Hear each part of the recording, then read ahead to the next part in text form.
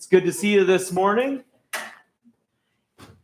I was out to our Synod Convention for most of this past week, and we got safely back on Thursday evening after busing to Detroit and flying to Phoenix and driving to Tucson. But it's good to be back and to see you here this morning. Just kind of looking ahead, I'll be here for class next week. The week after that, I'll be up in New Ulm, dropping off a student at MLC. They only get started the following day. That Sunday would be the day before school starts up there. So I won't be here for that. And we're working through the plan. You know how it's always hard to tell exactly how far we're going to get on a given Sunday. But Pastor Patoka, I think, is going to talk in here about some campus ministry things. And so kind of get us up to speed on the ministry that we're doing and things that we can pray for and maybe connect with on that. And then we're getting close to the end of the 10 Commandments. And when we get through 10 Commandments, I think maybe we'll try something a little different besides going on in the Growing Grace class. And then probably come back to it later and do some of our other Growing Grace items like prayer and Lord's Prayer. So we've got a few options there, yes. So just kind of thinking that's maybe where we're headed. I think our Wells Connection may generate a little discussion. And I maybe will share a few more things regarding our Synod Convention, and then you guys get to decide how much material we get through and how many questions you have. So, yes, please. We should all give a big thank you to the Millers for hosting the Summer Fun Nights. They're probably in the kitchen. No. No? They're in the chapel. When you see the Millers, you might say thank you. Yeah, we had about 30 people here on Friday for some trivia, and some of it was quite challenging. Anything else this morning before we get going? Let's go ahead and turn our attention to August's Wells Connection.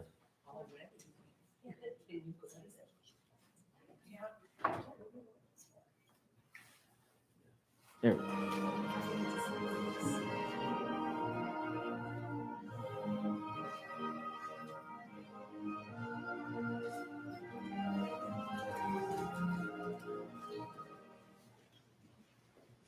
Hi, I'm Wells President Mark Schrader. Generations ago, when churchgoers went to worship on foot or on horseback, it was important for there to be a large number of churches in a relatively small area. Today, times are changing, and so is the need for Wells churches to be located very close to one another. With snow-covered steps, this old church building that lacks a sign hasn't been used for worship for a number of years. Our membership was getting older and older, and our Sunday school was dwindling. As a third-generation member of this former Wells congregation, known as St. John's, Lon Heisey didn't want to see his lifelong church home close. I was just didn't want to let go, like a lot of people. You don't want to let go of those memories. You don't know what the future is. St. John's and another area church both had pastoral vacancies for 2 years. The pastor of a third nearby Wells church served either as the pastor or vacancy pastor for all 3 churches during that time. He said to them, he was one of the 12, one who was giving with me a dish. We approached them about merging, started that process. And one of the things I really learned early on in that was that it wasn't just deep-seated emotions in the conversation, but there was a lot of, deep faith that was involved as well. They looked at their church, and that was their physical connection to God in many ways. This is the church where they were baptized, where their children were baptized, where they were confirmed, where their children were confirmed. And Mary. These three churches within a 6-mile radius from each other merged into a single ministry. Mergers like this aren't just happening in these old country churches, but also in hustling and bustling metropolitan areas, where these three Milwaukee area congregations are within 2 miles from each other. We just found that although there was a level of cooperation already, there was, a little bit of competition too. And from a ministry standpoint, how can we be most efficient in our area to deliver the gospel message to the people in the West Dallas area? And we determined that it would be better together as opposed to better separately to do that. Unified under a new name, Living Hope, their schools will also be merging into one. I think it gives us a lot more options.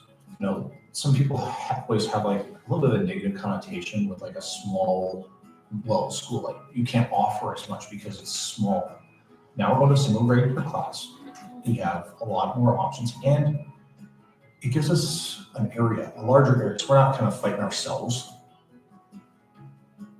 Their short-term plan is to have all church operations at one site and the school at another. Their next step is to unify onto a single campus. I think the biggest challenge when you have healthy congregations is to convince the congregations that we can do things better together. Why do we need to do this? That was probably the biggest question we had to answer as it led up to the vote is, why are we better together? And we really had to put a good plan together for that, and I think we did. Even though the St. John's and Zion Church buildings have closed, that does not mean it's a loss for Christ's work in that area. In fact, the merger is allowing more gospel ministry to happen. And now we're working towards calling a second pastor and how much more we can do having 2 pastors in one place rather than having 2 pastors in 2 places. Having 2 pastors will allow them to better share the good news of Jesus in the newest aspect of their ministry, an early childhood center for infants through 5-year-olds. All right, let's see. What were we talking about today? I think it got people a little bit more fired up and excited because it wasn't like, oh, I'm adding into this, or, oh, I guess this is somebody else's ministry aspect. But it was all new, so then able to just bring in new people and different volunteers. For me, it's a building. It's not a church. It's just a building. The church is the people. It's not the more congregations we have, the healthier we are, but it's the more gospel ministry we do is what gives Christ glory. So if we can do more ministry even with fewer congregations, that's perfectly fine. So congregational consolidation is a good option for many moving forward. We're thankful that God allows us to play a role in his gospel sharing efforts. May he continue to allow us to serve his kingdom in a God-pleasing way as he builds his church.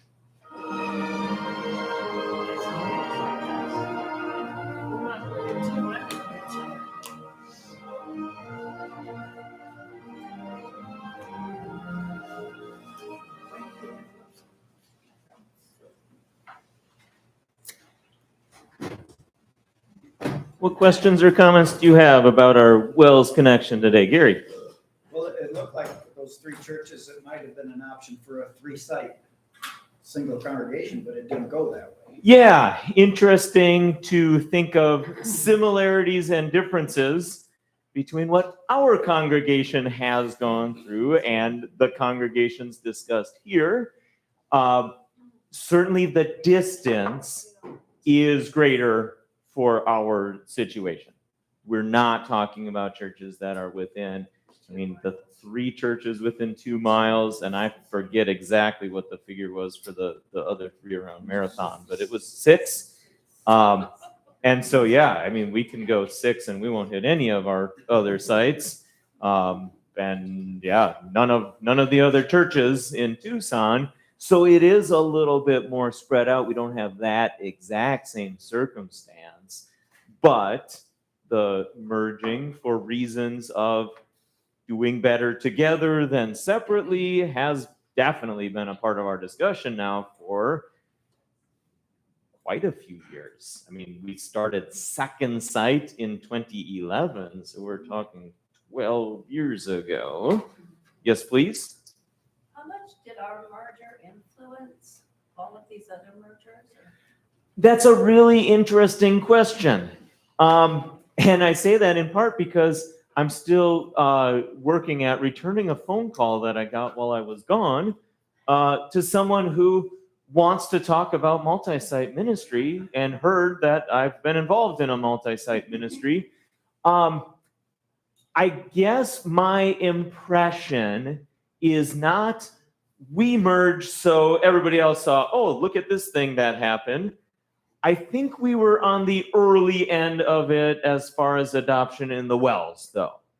And so there were a small handful who had the same kind of experience, and we were one of the early ones. So Pastor Kohler more than me, but we have been involved in a number of conversations about what are some of the blessings, what are some of the challenges, how did this process go for you, some of those sorts of issues, and that's been valuable.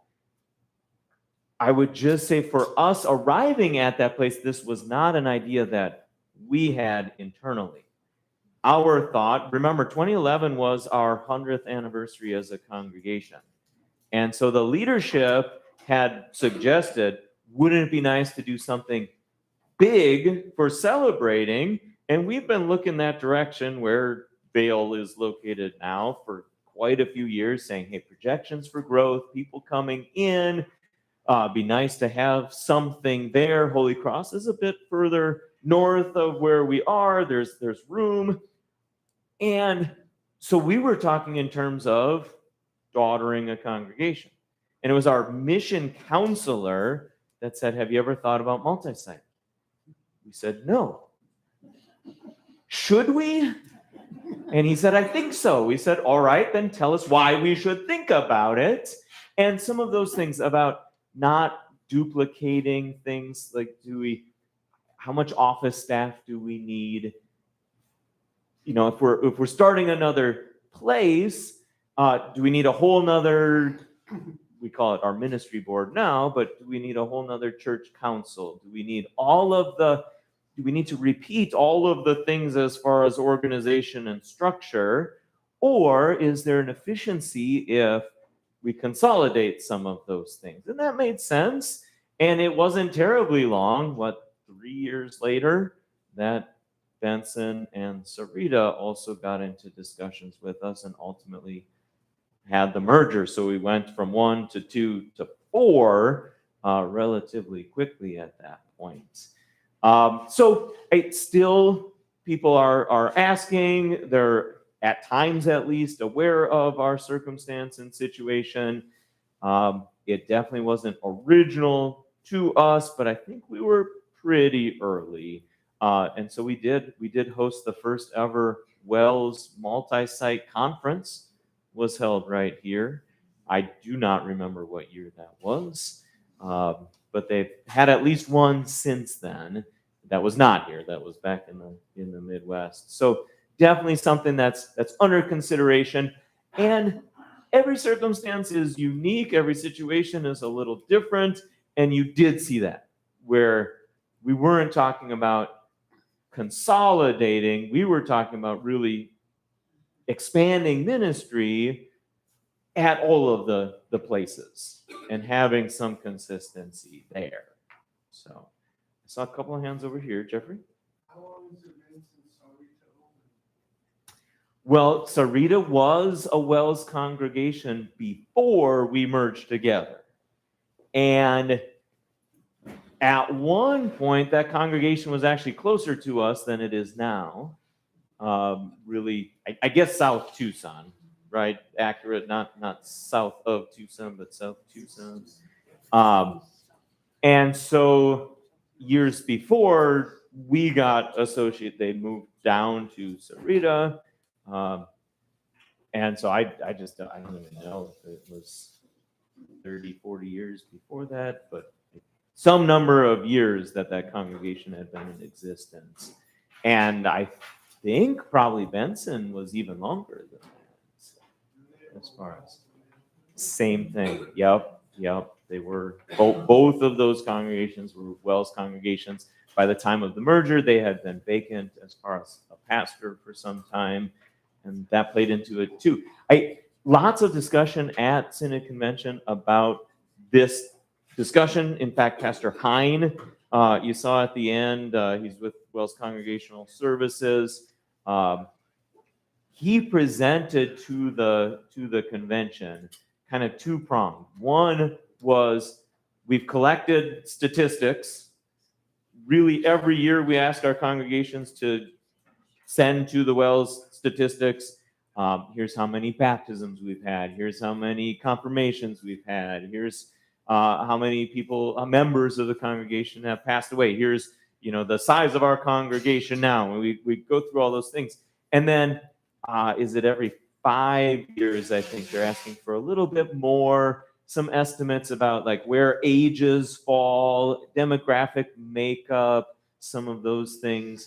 You may remember we have asked more of that information, either as people come in or try to catch up with everybody a little bit. I'm sure we had a reasonable approach. We make some estimates here and there, but try to have it as accurate as possible. So Pastor Hein has been largely responsible for bringing that data together and kind of sharing some thoughts about. We hit in the Wells our biggest membership back in the early 90s. And so since then, membership has declined, and that's not the reason to say, so we got to do outreach. The reason to say we got to do outreach is we want to reach people with the gospel. We want to do what Jesus is calling us to do, But the fact is that as we reach people and bring more members in, that helps the churches operate. That means more people who can help with what needs to be done, and things that we've talked about from time to time. Members of the body of Christ, each doing different things and having different responsibilities and fitting together and accomplishing even bigger and better things than we could do as a smaller number or by ourselves. And so as we wrestle with things like, the pastoral vacancy rate and the teacher vacancy rate, those things are very high. This is actually one of the responses. It's super interesting that in this update, it was we consolidated the churches, and now we're going to add a pastor, because part of it is, if there's two congregations that are both struggling with affording a pastor and having ministry, if they combine, maybe they're at a place then where they can support a pastor more easily and reach out. If you go to a congregation and you're like, well, it's 20% full. Do I feel comfortable walking in the door when everybody turns around and says, hey, look, there's a new person? Maybe, but maybe not. And so sometimes, and that was Pastor Hein's point too, sometimes, we just have more people means more ministry opportunities. So it's not strictly about the numbers, and we have to be careful about the way that we talk about things, that it's not just about the numbers. But this is one of the ideas that is being shared. And in fact, the commission that Pastor Hein is the chairman or administrator of is prepared to work with congregations. If congregations say, we're thinking about merging together, they've got studies, they've got materials that they will come and help talk the leadership through. He made a very direct point. I'm not going to go to a congregation and say, I think you should merge with another congregation. Congregations have to come to that conclusion and ask for the help, but we're more prepared to help talk through those things and help a congregation. So that's on a synod level, and one of the things that is we're trying to be aware of and trying to be prepared for.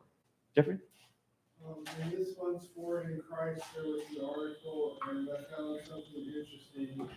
there's two countries in Africa, I think it's Tanzania and a different one. I don't know how big these countries are, but they said in the article that they have more Lutherans in those two countries than in the entire United States. I did not see that. There's been a lot of talk also about foreign missions, about membership comparisons. I saw an interesting one, and I don't want to try to quote it without going back and seeing what it was. If that's accurate, that surprises me. But if it's looking at maybe Lutherans like the Wells, then I won't totally be surprised, because mission work in Africa for a lot of years has really shown fruit as far as gaining members, as far as Christians becoming a part of the things that we do, the things that we're aware of. And so it's an exciting thing. But if you just say if you say people who call themselves Lutherans, Wells is a pretty small sliver of that in the United States. And when you get to like ELCA, like it's really big. And so I'd be surprised if that number isn't bigger than a combination of countries. But I'll have to check it out. I know there's been a very intentional move toward what you see in Wells Connection being connected to some of the stuff in the Forward in Christ magazine. So there'll be a lot of that. I think when I started it, August was at the bottom. That means my DVD's almost run out. And so another one should be coming soon. And on that one, they're going to have some reporting about the Synod Convention. You can't be ready to talk about it at the beginning of August if it's happening at the beginning of August, which is our circumstance.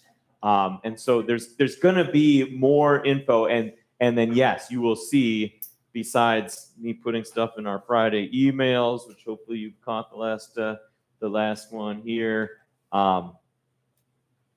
there'll be stuff here, there'll be stuff in Forward in Christ.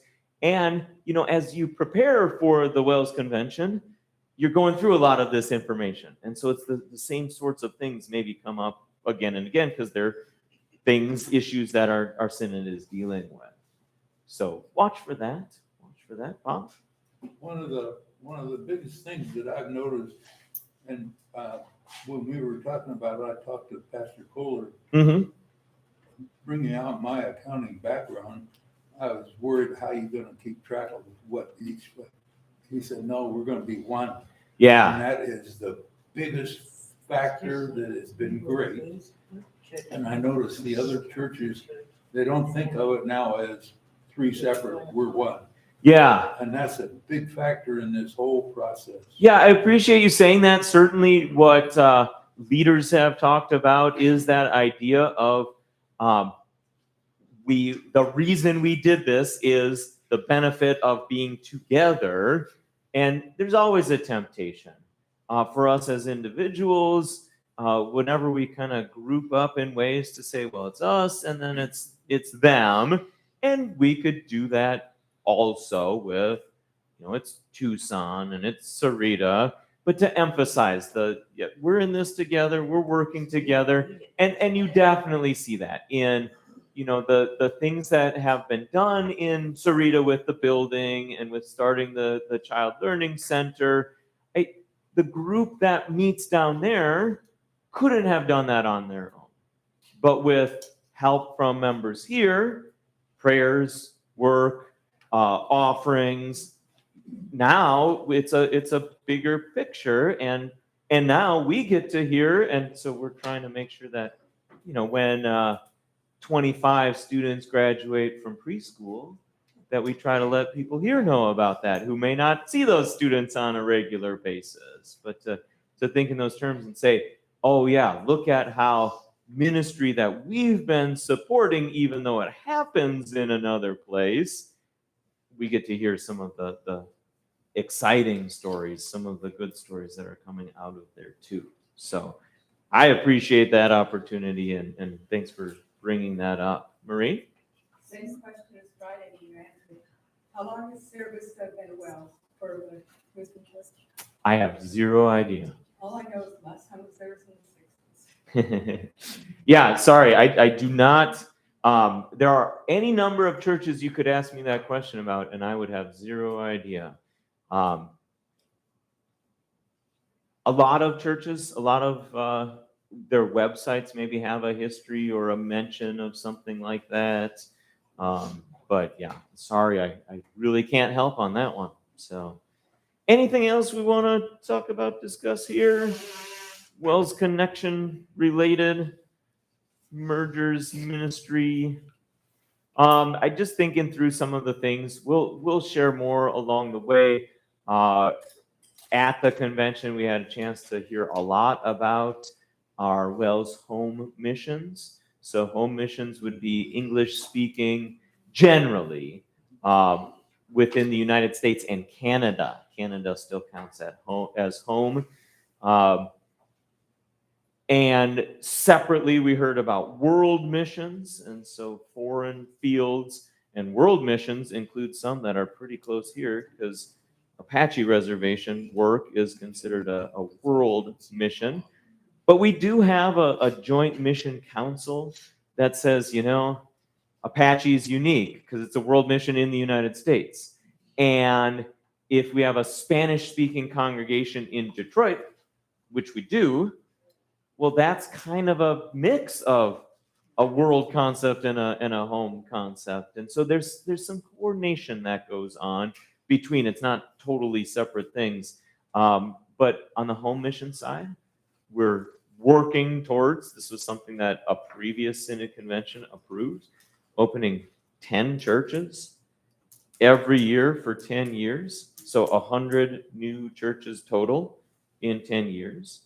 And it's not surprising, and people understand when the question comes up, well, if we don't have enough pastors right now, can we do that? And the question is, we're not sure. We're going to see. And that's part of the reason that the mergers is a part of the discussion right now. That perhaps there is some reconfiguring that takes place rather than just we need new. But that means we talk about ministry recruitment. We talk about encouraging people to consider becoming pastors and teachers. Even maybe people who have done other jobs already, second career pastors who bring a different level of experience. I've never worked at another career. I've talked to lots of people with lots of different backgrounds and careers, but probably wasn't going to make a go of it in golf course maintenance, which was what I was doing in high school. So anything else that we want to, other things that we touched on in the convention? I mean, we talked about the finances and approved a budget for the next 2 years. So 2 years between our Synod conventions, and then every 2 years we hear about the process that's gone to making the budget that's being proposed. That was passed pretty easily. They explained to us several times the process of going through, all these different schools, all these different areas of ministry, the home missions and the world missions, and different areas all work back and forth and say, here's what we'd like to do, here's what we think it would cost, get some, well, here's what we expect the offerings to be, and kind of work together to, well, how do we sort that all out? And so the budget that's recommended and that was passed is a balanced budget. Like, we expect the money that comes in to be the same as what we spend, not over just the next year, but over the next 2 years. And God has blessed our Synod in the last few years that we've done pretty well as far as the offerings and the finances. And so that's a good news situation. But saying, okay, how do we use that to hopefully, with God's blessing, have a positive future as far as all the needs and concerns of our Synod as well. Jeffrey, another one? As far as home missions go, again, with the Forward in Christ, they were talking in an article about East Asian startup congregations. And they said that the amount of people that they can potentially reach is anywhere from 250,000 to 500,000 people. Sure. And yeah, when we start talking just Asia in general, East Asia would include China, Asia would include India. These are places with a lot of people. And so to be able to have some sort of work and effort that might reach people there, it just, expands our worldwide mission as far as how do we, and I do want to, I mentioned Pastor Hein, I mentioned the discussion of statistics. And if you take the statistics, if we've been since early 90s going on the reducing number of members trajectory, right? Each year, each decade for sure. We've gone down in total membership in the WELS. He mentioned some of the things I guess that he's heard. Well, we're smaller as a WELS because the birth rate is lower. There is some accuracy to that. Birth rate is lower. Apparently compared to United States in general, WELS is still doing all right as far as birth rates. But also he said, if you want that to fix your problem, you've got to say, okay, young couples who are having kids, instead of having one kid, you have to have 3 kids. So if you were planning on having 4, just to pull a number out of the hat, maybe what my family has, you need to have 12 to switch the birth rate as far as we want to start growing again. This is just a statistical analysis. If you want to answer the problem of declining membership by birth rate, we got to triple what we're at. Doesn't seem likely that that's going to solve our problem. We'll still teach and preach about what God says about children and how they're a blessing and how this is a good thing, and parents can bring children up to be members who glorify God by their actions, and all of these factors. These are good things, but that's not the answer. And I forget the other couple of ideas that he brought up specifically, saying maybe that's not the answer. But you know what the answer is? The answer is that we tell people we know about Jesus. And hopefully you've seen some of that from us. Somebody asked me about, there's a postcard back out. We're just like 2 weeks away from finishing up our current. I mean that. I think it's this weekend. Next week, maybe our series concludes, and then we start the next one. So there's a postcard saying we're starting a new worship series, and maybe that's a time to invite a friend, invite a neighbor, invite somebody. And if they come this time, great. If they don't, invite them the next time, and maybe they'll come that time. And just the statistics are overwhelming. It's like 70, 80% of people who come to and join a church, it's because somebody they knew invited them, encouraged them to come. And so that's a door that we have, right? Is people who need to know Jesus. And so that's the kind of the upshot of the whole thing is we want to think about our relationships in those terms. And you know what? As I'm saying this, I'm realizing that I forgot something on my table. We have a plan for early September, revisiting things that we talked about in our Everyone Outreach event. And I'm seeing some heads nodding like, yeah, we remember that. It was in here. We had chairs set up down the walls. We had a big open space in the middle, September 10th. So I was asked to actually pass around some sign-up sheets. Forgot them this morning until like 30 seconds ago when you saw that, oh yeah, Yes, if you could grab them from my table, that would be wonderful. Thank you. So we'll have 10 minutes to pass those around yet, and they'll end up at the tables here. So we have those. We're trying to. I don't believe that you can only come if you came to the Everyone Outreach. Do I have that accurate? Okay. Especially if you came to the Everyone Outreach. Think about signing up and being here. And we're going to clarify some of the other stuff. But let me say it this way. I don't think anybody's going to turn you away if you sign up and say, I want to talk about outreach. Let's talk about our outreach together. So I think we can probably make a decision about that and say, you Would can be come. the first Wisconsin church in Tucson, and then they, like Redeemer and Good Shepherd branched out. That is accurate. Grace has the longest history in this area, certainly in Tucson. I don't know all the details of all the history, but yes, it was members at Grace who were largely involved in starting some of the other congregations that are still around. Well, 10 minutes of the eighth commandment. It's 9 minutes. Gary says, don't you keep me late. You don't have 10 minutes. I know, now it's 8. You know what the eighth commandment says? It says, you shall not commit false testimony against your neighbor. And I'm just going to go ahead and guess that outside of the eighth commandment, you very rarely use the term false testimony. What does false testimony make you think of? Lying in court, I would agree, the same thing, right? Certainly lying, it's false. Testimony kind of puts us in this this idea of I'm giving my testimony. So here come the sheets.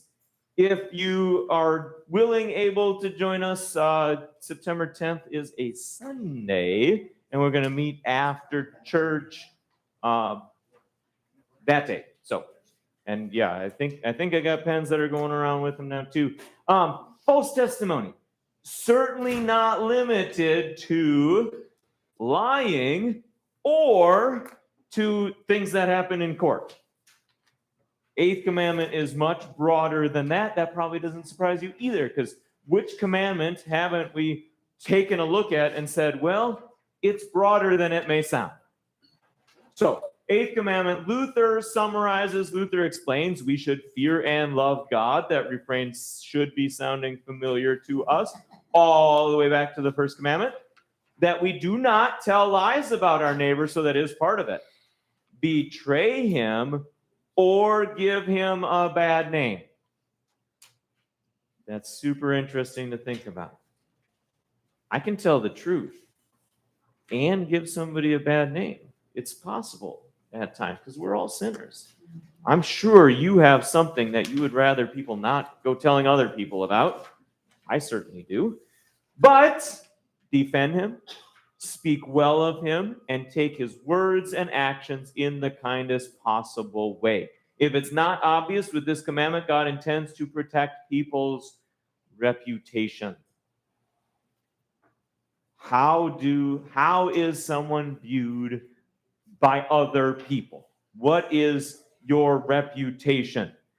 Proverbs 22 says, a good name is worth more than great wealth. Respect is worth more than silver and gold.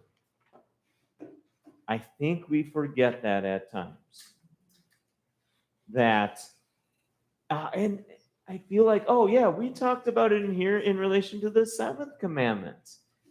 The issue of using false weights and measures, and we said even businesses can get a reputation, or business owners can get a reputation. If I go to that place, I don't get a fair deal, well, then I'm not going to go to that place.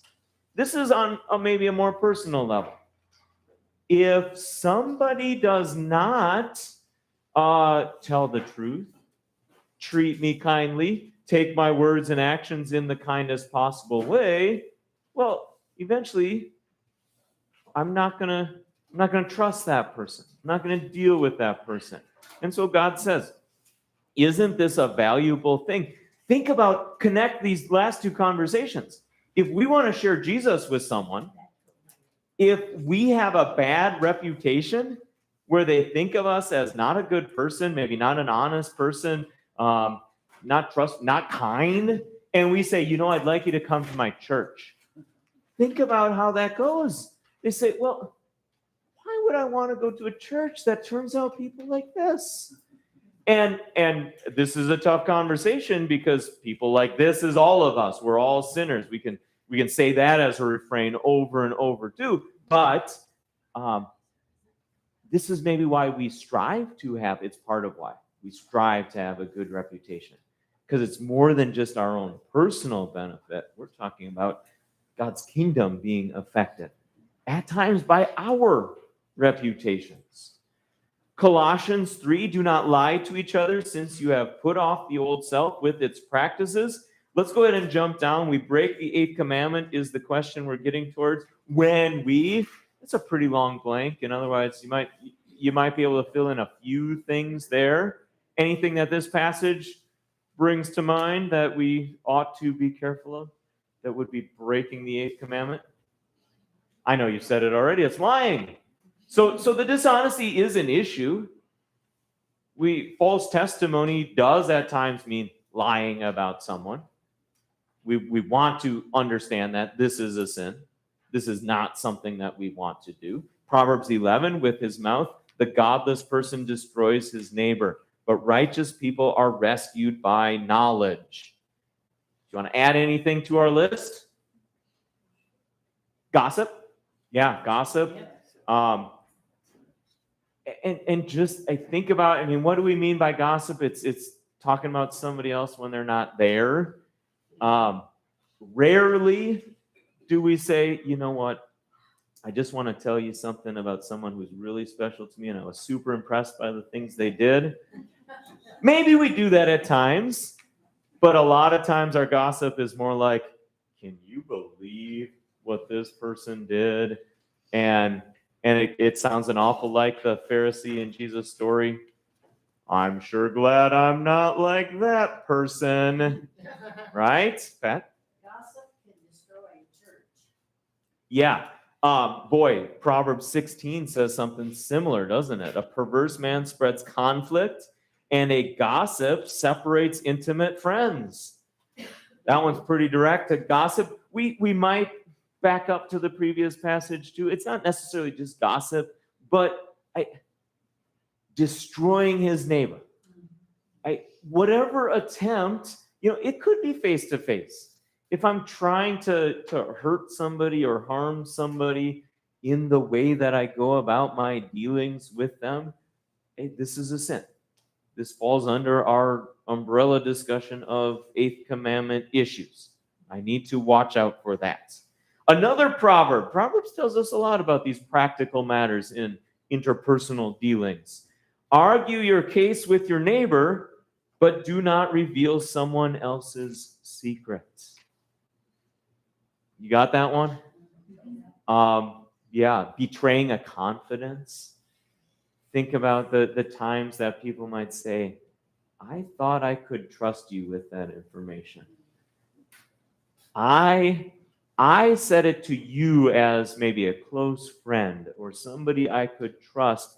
I have an expectation that you're not sharing that with someone else.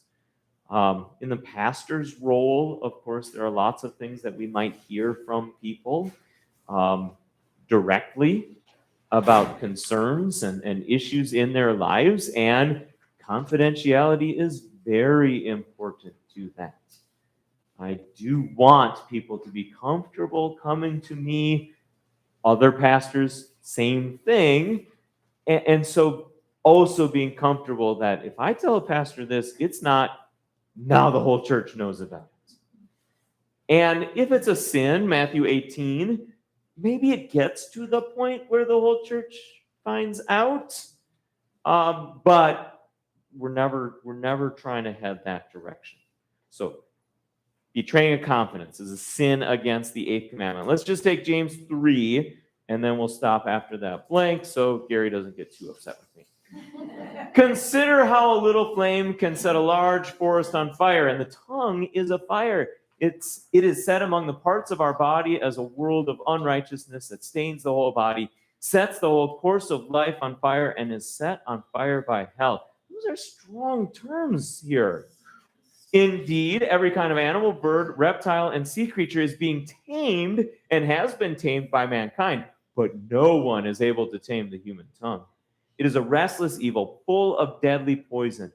With it we bless our Lord and Father, and with it we curse people who are made in the likeness of God. Blessing and cursing come out of the same mouth. My brothers, these things should not be this way. James makes his point, doesn't he? Yes, he does. It comes across, right? I mean, the specific thing that's mentioned here would be cursing other people. So the idea of calling down a curse, the idea of, speaking evil of someone else, it doesn't fit. But boy, the human tongue, it's untamed and it's set on fire by the fires of hell itself. Wow, that's scary. We should take this seriously, huh? I don't think I can go to a question or a comment, but let me leave you with one more comment. This is a very law-orientated part to stop at. When you think about Jesus and his tongue, it definitely wasn't set afire by hell. It definitely wasn't untamed. You think of the care with which Jesus dealt with everyone that he met in his speaking, just as in every other aspect of life. What a wonderful thing to look at this and remind ourselves, I am a forgiven child of God, even though we're 8 for 8. I've broken these commandments. We got to keep focusing on the big picture. So thanks for the discussion today. I know it wasn't a lot of this content, but we'll be back next week. See how far we roll, okay? Have a great day. So how are you doing?